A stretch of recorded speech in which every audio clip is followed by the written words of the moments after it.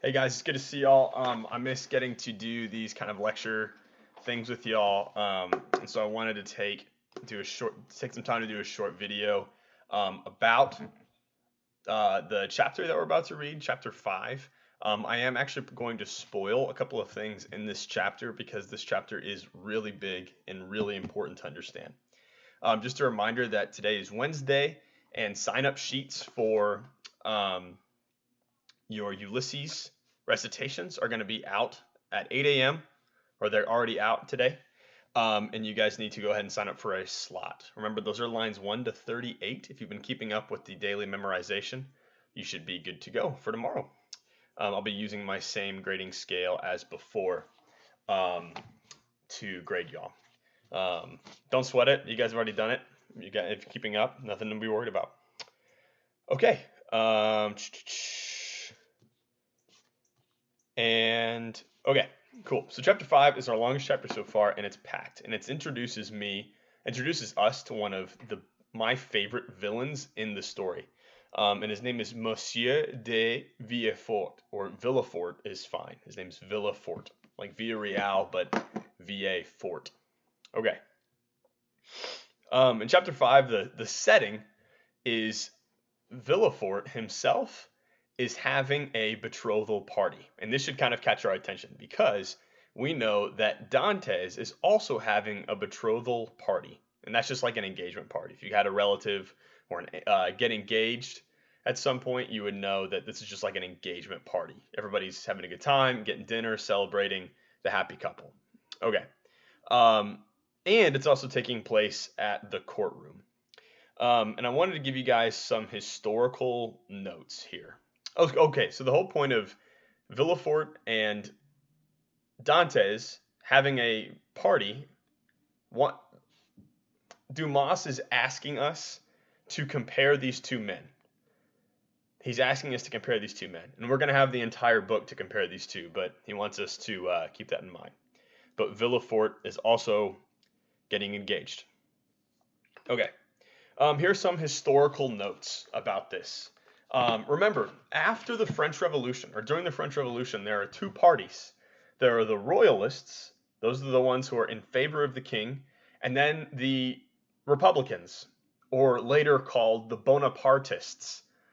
The Bonapartists, you guessed it, are in favor of Napoleon Bonaparte. Okay? And what was I going to say?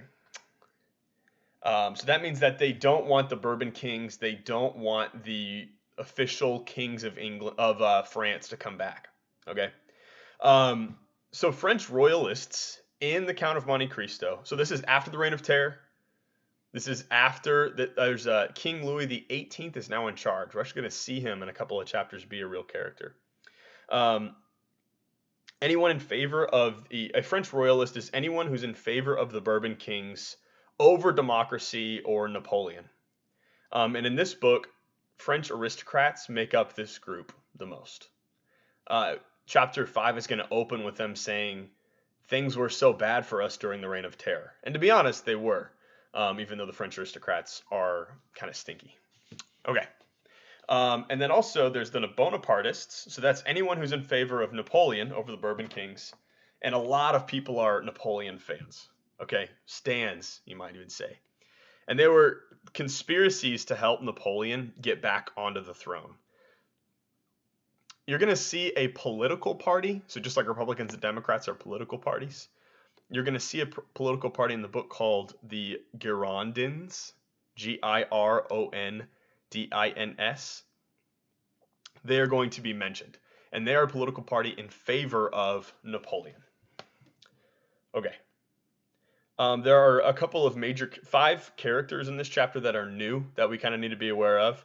2 aren't that important, and 3 are very important. I'm going to start off with the 2 that are not very important.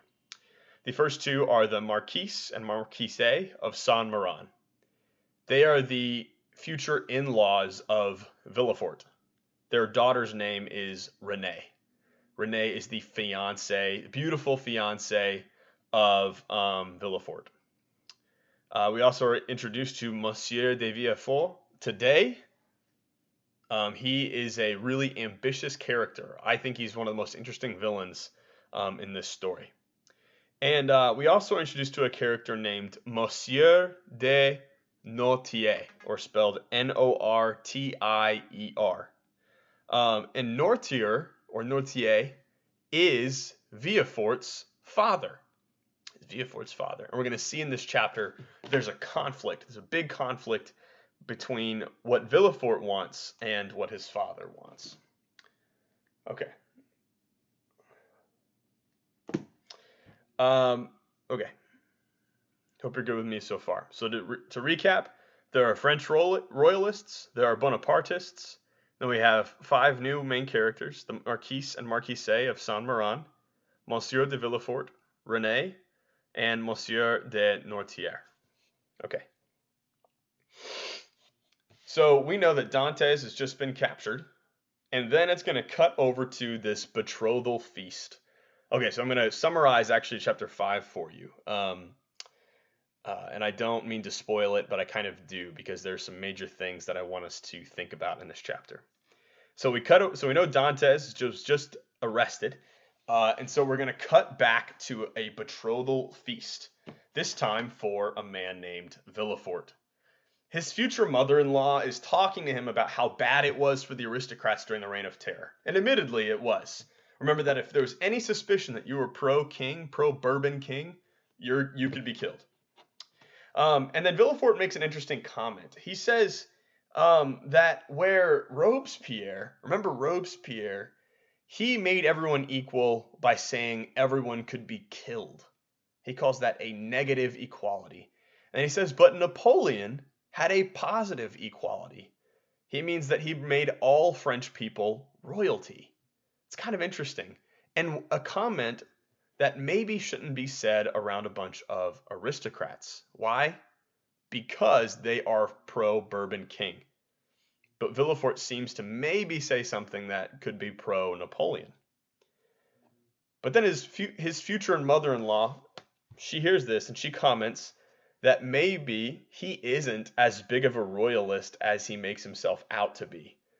Especially since Villefort's father, Nortier, is a huge Bonapartist. He's a huge Bonapartist. So we find out, so Villefort then quickly says that he is like a seed that has grown very far away from the tree that it came from. So Villefort says, I am not my father. I'm not anything close to who my father is. Okay, so what have we learned so far? We've learned 2 things. We've learned that Villefort is very insecure and worried about his heritage, about his parentage. His dad is a staunch fan of Napoleon, who is exiled right now, and he is a royalist, and he's trying to make a career by being a royalist. Okay. This is the central conflict for Villefort. He has a career that he wants to advance. What is he going to do to make sure that no one will suspect that he is not loyal to the crown?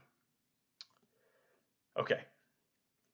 A messenger arrives saying that a potential Bonapartist threat has been uncovered. He reads aloud the note that is the cause of Edmund's arrest. It connects him to Napoleon since Edmund has actually been to Elba. The letter was written anonymously. Okay, so remember how Edmund went to Elba because Captain Le Ray told him to? So he actually got a letter, a package, right, from Napoleon. And he was supposed to deliver that to someone in Paris. Okay, someone in Paris. And here we're going to transition over to the trial. And we get a little bit of more insight into what Villefort thinks about.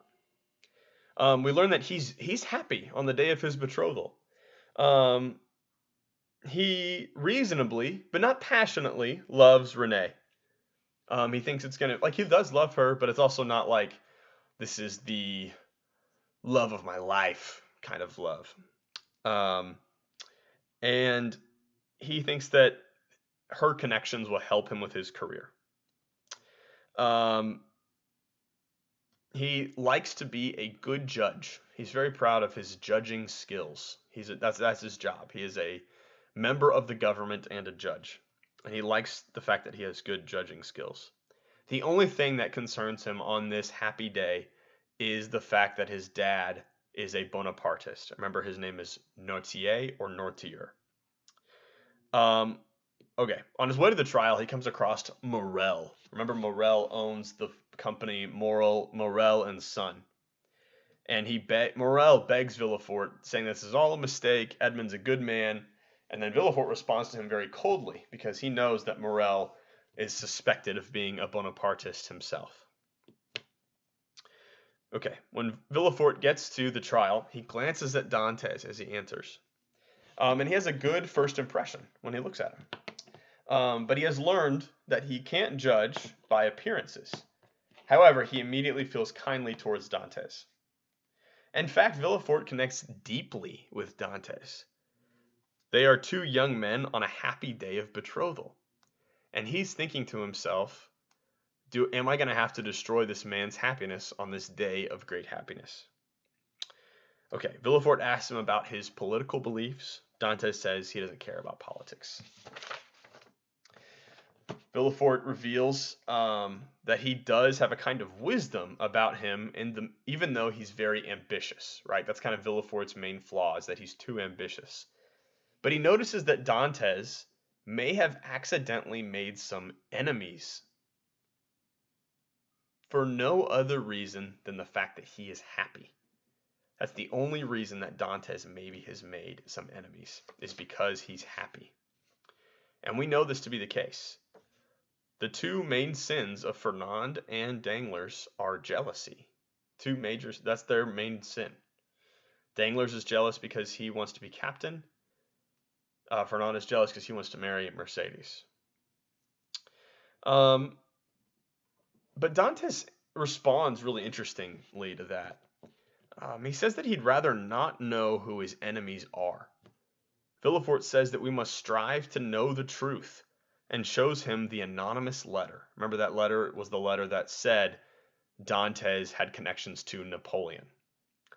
And then Dantes finally realizes that he might have a real enemy,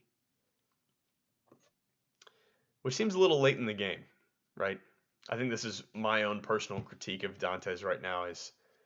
He's very happy, but also he seems to not be noticing some very key details.